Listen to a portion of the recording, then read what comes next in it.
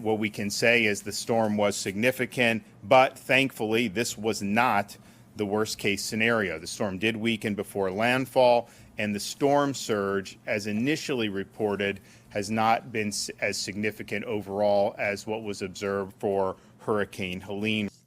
There's still very dangerous conditions in the state, and people should wait to be given an all clear by their leaders before they go out.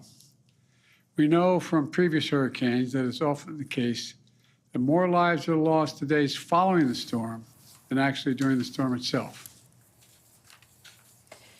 Here are some scenes of the morning and the day after, really, after Florida was ravaged by the second hurricane in as many weeks. 3 million people in the state are now without power, and there are reports that at least 9 people have been killed. With me now to talk more about the impact of Hurricane Milton is Florida State Senator Jay Collins, who represents District 14, which includes Western Hillsborough County and most of Tampa. Senator, good to have you here. Thank you very much for making the time. I'm sure it's a very hectic time for you. Yeah, it's been a pretty busy day. Thank you for having me on today. How are you and the people in your community doing today?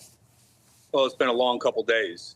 You know, to your point earlier, with Hurricane Helene coming in here earlier, and really being unprecedented to have the kind of damage on the western shore of Florida that we did, really from Fort Myers all the way to Tallahassee, and then to have a broadside hit with Milton, it's hard times. But, you know, one of the things that I love about our community and our state is that when hard times happen, a lot of our neighbors, we get together, we solve problems, and we get things done.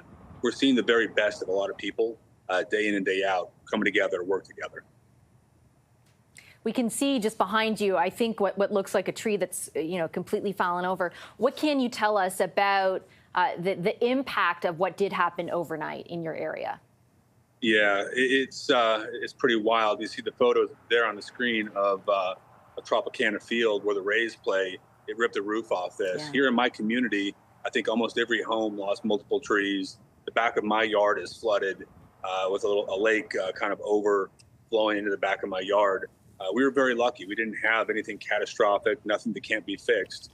Down inside my district and in other areas, it's not everyone's been that lucky. There's a lot of people who lost everything after Helene, and they're going through it again. There's a whole new crop of people who have lost a lot because of Hurricane Milton. It's gut-wrenching, and what I want people to know is your government, from city to county to state, all the way up, man, we're working together. We're rowing the boat the same direction, and we're here to try to make a difference. And what are some of the resources in place for people who need some help right now and I shouldn't just say right now, they're going to need help in the coming days too? Well, Florida, unfortunately, has had the opportunity to get very good at staging for hurricanes.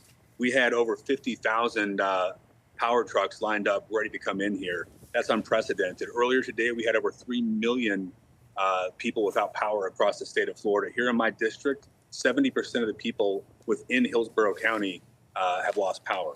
That's a significant number. So what do we have? Ultimately, we were very prepared. The National Guard, the State Guard, our law enforcement from all walks of life, and even outside our community and outside of our state, are here making sure law and order is followed, making sure that people can get into shelters.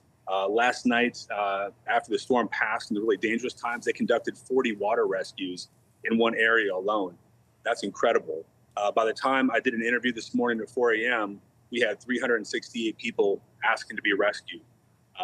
We have all of those people out there, those people who serve our community, working day and night to try to leave things better and ultimately make a difference in the community. But now it's just getting cranked up. We have a lot of nonprofits who link in with Hope Florida. That's a program that Casey DeSantis, our First Lady, and Governor Ron DeSantis helped run for the state. It's incredible. It's by, with, and through local nonprofits helping solve problems in their community.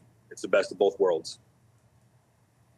Well, Senator, I'll leave it on that note. All of us up here in Canada, many of whom frequent your state, are certainly thinking of all the people in your community and will be over the coming days. Thanks for making the time. Thank you so much. God bless, and thank you. Keep us in your prayers.